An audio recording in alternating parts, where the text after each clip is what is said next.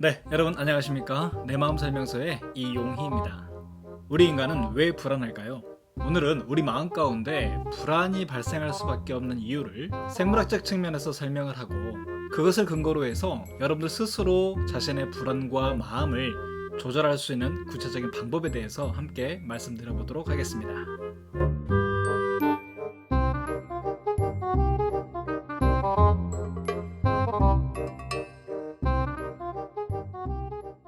불안과 공포는 기본적으로 생각과 같은 이성적 판단을 담당하는 전전두 피질과 감정을 담당하는 변형계 사이의 의사소통의 잘못된 결과로 나타나는 현상입니다. 이른바 생각하는 뇌라고 일컬어지는 이 전전두 피질은 우리 인간이 인간일 수 있도록 하는데 기여를 한 매우 중요한 부위라고 할 수가 있겠습니다. 인간의 뇌에서 가장 큰 영역을 차지하고 있고, 피질 가운데 가장 최근에 진화한 부분이기도 합니다. 우리 뇌의 가장 앞부분에 위치를 하고 있고요. 주로 충동과 동기를 통제하고 이성적 판단을 근거로 계획하고 의사결정을 내리는 기능을 담당하고 있어서 뇌의 CEO라고도 합니다.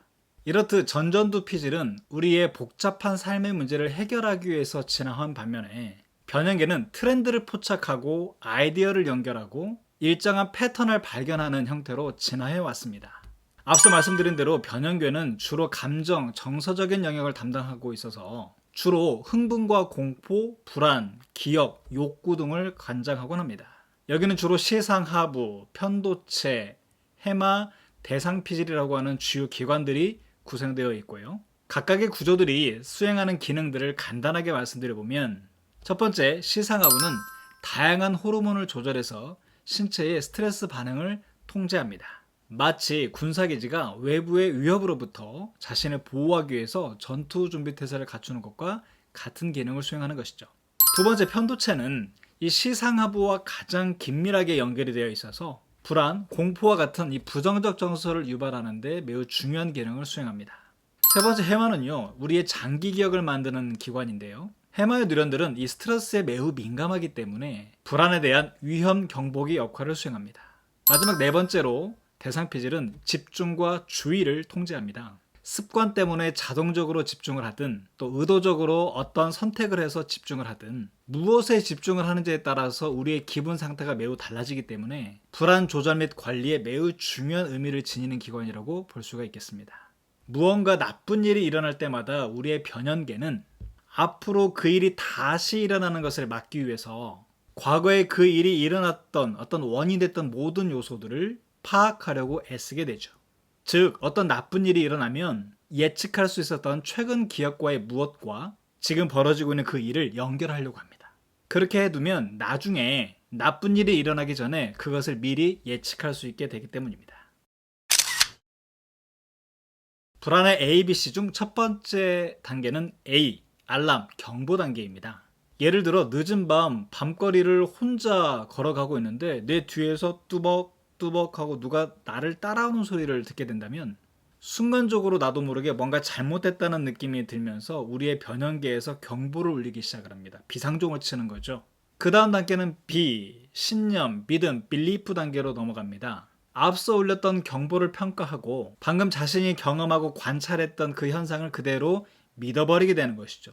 사실 이 믿음은 변형계에서 관장하는 무의식적 수준에 있기 때문에 사실 본인조차도 의식하기가 쉽지는 않습니다.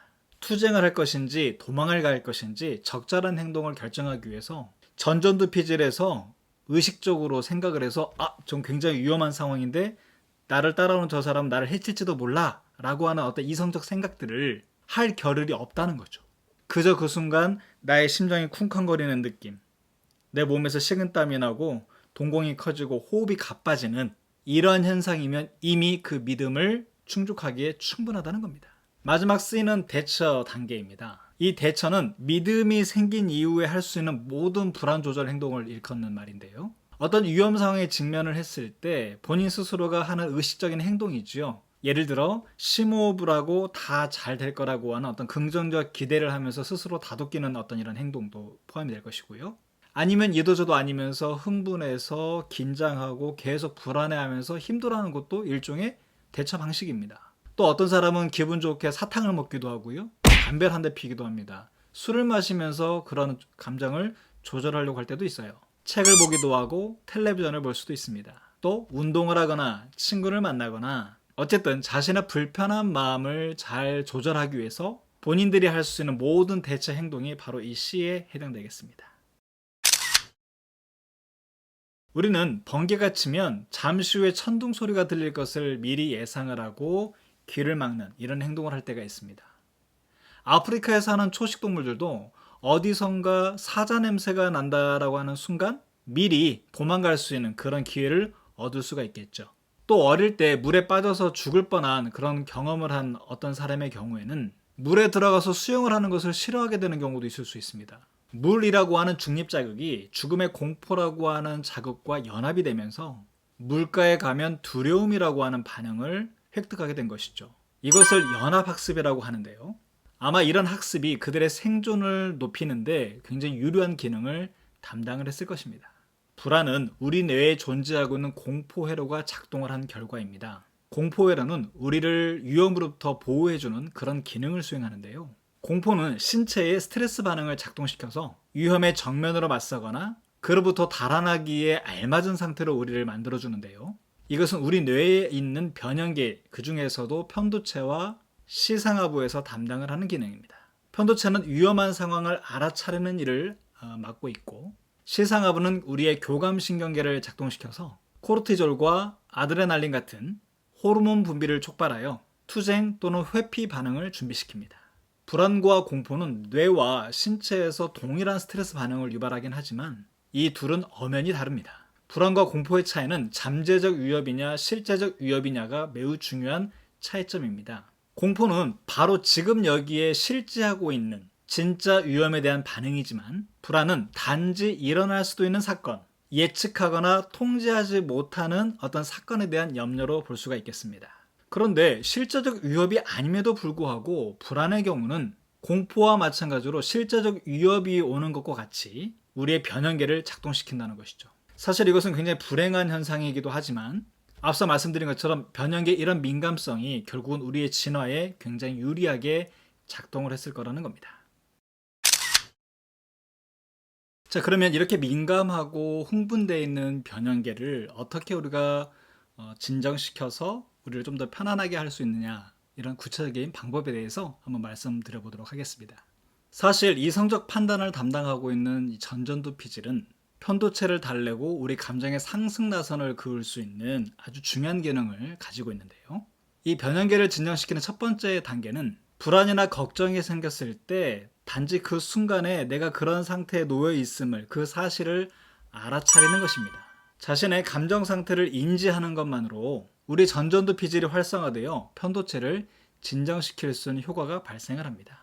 다시 말해 자신의 감정을 의식적으로 인식하는 것은 그 감정이 유발하는, 그 감정이 야기하는 어떤 부정적인 효과를 감소시키는 데 의미가 있다는 겁니다. 두 번째는 지금 현재에 초점을 맞추어 보는 겁니다. 결국 불안이라고 하는 것은 나의 미래에 대해서 내 상태를 투사하는 것이기 때문에 오지 않은, 경험하지 않은 미래로 가 있는 나의 주의 상태를 현재, 지금으로 가져온다는 것이죠. 그래서 현재, 지금 일어나고 있는 일에 주의를 기울여 보는 것입니다. 그래서 이 두 가지를 가지고 우리 일상에서 적용 가능한 불안을 조절할 수 있는 7가지 방법에 대해서 여러분들께 함께 말씀드리도록 하겠습니다.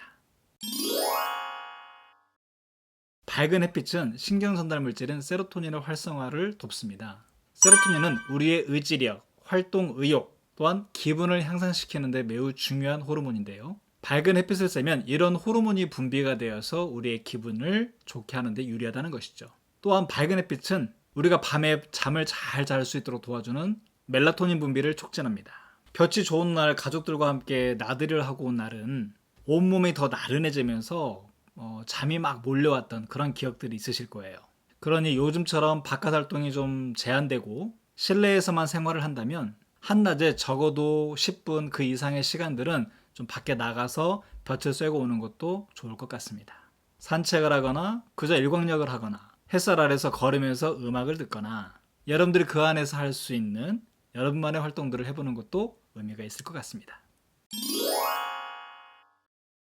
잠들기 전에 좋았던, 행복했던 기억들을 한 가지씩 떠올려 보세요. 오늘 하루를 정리하면서 자신의 일기장에 기록으로 남겨보는 것도 좋겠고, 그것도 귀찮다면 그냥 그 좋았던 일 하나를 떠올리고 반추해보는 것도 의미가 있습니다. 이것은 의식적으로 주의를 긍정적 기억으로 바꾸게 되면 그 주의와 집중을 담당하는 변형계의 대상 피질에서 세로토닌 분비가 증가되는 효과를 얻을 수가 있습니다. 통제감은 안정감을 느끼는데 매우 중요한 요소입니다. 우리는 어떤 상황을 통제하고 있다고 느끼게 되면 불안과 걱정, 심지어 그와 관련되는 신체 통증까지도 감소할 수 있는 효과를 얻을 수가 있어요. 우리의 미래를 온전히 통제할 수 있다면 참 좋겠지만 대체로 그럴 수가 없기 때문에 자기 스스로 통제할 수 있는 일에 주의를 기울이는 것만으로도 우리의 뇌 활동을 조절하고 불안을 조절하는데 상당한 도움을 얻을 수가 있습니다. 우리가 불안과 공포를 느끼게 되면 우리의 교감신경계가 활성화되어 동공확대, 침분비 억제, 심장박동의 증가, 혈압의 상승, 또한 근육의 긴장도가 상승되는 현상을 가지고 오게 되는데요. 바로 그런 순간에 멈추고 심호흡을 하셨으면 좋겠습니다. 천천히 들이쉬고 내쉬는 이런 활동들은 실제로 활성화되어 있는 우리의 교감신경계의 흥분을 가라앉혀서 불안과 공포, 스트레스를 줄일 수 있게 됩니다. 불안과 걱정은 흔히 완벽한 선택을 하려고 하거나 모든 것을 극대화하고 싶을 때 나타나는 현상 중에 하나입니다. 예를 들어 중고차 하나를 살 때도 우리는 가격도 저렴하고 디자인도 좋고 안전하고 멋지고 연비도 좋은 그런 최상의 중고차를 구매하기를 원해요. 그런데 아시겠지만 그런 모든 조건이 완벽한 중고차는 없죠. 이렇게 모든 면에서 가장 좋은 것을 원하게 되면 도무지 결정을 내릴 수가 없거나 자신의 어떤 선택에 대해서 불만을 느끼게 될 가능성이 높아집니다. 그러니 최고의 무언가를, 최상의 최고의 무언가를 하려고 애쓰기보다는 그냥 괜찮은 무엇 하나를 해보겠다는 편안함이 오히려 더 도움이 될 수 있다는 거예요. 그러므로 내 주변에서 이미 내가 가지고 있는 것들, 내가 이루어온 것들, 내가 할 수 있는 것들, 그래서 내가 나눌 수 있는 어떤 것들을 한번 찾아보시고 그것들에 만족해보는 것, 그것도 좋겠습니다. 불안은 일어날 수 있는 최악의 상황을 상상함으로써 벌어지는 일들입니다. 예를 들어서 한 친구에게 연락 좀 해달라고 하는 문자 메시지를 보냈는데 곧바로 연락이 오지 않으면 별 생각을 다 하죠. 심지어 혹시 그 친구가 나를 싫어하나? 이런 결론에 도달할 때도 있어요. 보통 처음에는 나름대로 합리적인 걱정에서 시작을 하죠. 그런데 시간이 갈수록 근거 없는 어떤 가정들을 덧붙이면서 걱정이 눈더미처럼 불어나 자기 스스로도 통제할 수 없는 상황까지 치닫게 될 때가 있습니다. 그럴 때 이렇게 한번 생각해 보는 겁니다. 첫 번째는 더 가능성이 큰 그리고 더 나은, 더 좋은 결과를 한번 떠올려 보는 것인데요. 만약 내가 연락해달라는 어떤 메시지를 친구에게 보냈는데 친구가 연락이 없다면 그냥 그 친구가 지금 바쁜가 보다 정도로 생각해 보는 거죠. 두 번째는 실제로 자기가 예상하고 있는 어떤 최악의 어떤 시나리오가 벌어진다는 것을 전제로 하고 진짜 그 상황이 발생을 했을 때 내가 어떻게 대처를 해야 되지라고 하는 것을 미리 한번 계획해 보는 것도 하나의 방법입니다. 예, 근데 이런 거죠. 친구가 전화를 했는데 안 받아요. 한 사흘 정도 기다렸다가 그때까지 연락이 오지 않으면 내가 한 번 더 해보지 뭐. 요런 정도 나름의 계획도 하나의 방법일 것이고 실제로 그 친구가 내가 싫다는 통보를 해온다고 하면 그래? 알았어. 그럼 뭐 다른 친구 만나지 뭐. 라고 하는 이러한 대처들을 본인 스스로가 한번 생각해 볼 수 있다는 겁니다. 이렇게 예상되는 스트레스 상황에 대해서 자신이 어떻게 대처할지에 대한 계획을 세우게 되면 전전두 영역에서 노르에피네프린이라고 하는 호르몬이 분비가 되어 스트레스의 대처 능력을 더욱더 증가시키는 효과를 얻을 수가 있습니다. 이로써 변형계가 차분해지기 때문에 더 좋은 결정을 할 수 있게 되는 그런 계기를 마련할 수가 있는 거죠. 마지막 7번째로 지금 현재 일어나고 있는 일에 주의를 기울이고 지금 일어나고 있지 않은 일에 대해서는 관심을 꺼버리는 겁니다. 이것을 마인드풀리스, 마음 챙김이라고 하는데요. 심호흡을 하면서 주의를 지금, 여기, 현재로 가져오는 연습을 꾸준히 하는 것이 무척 중요합니다. 이것을 통해서 신경 활성화를 증진하고 장기적인 불안과 걱정 문제를 개선할 수 있게 됩니다.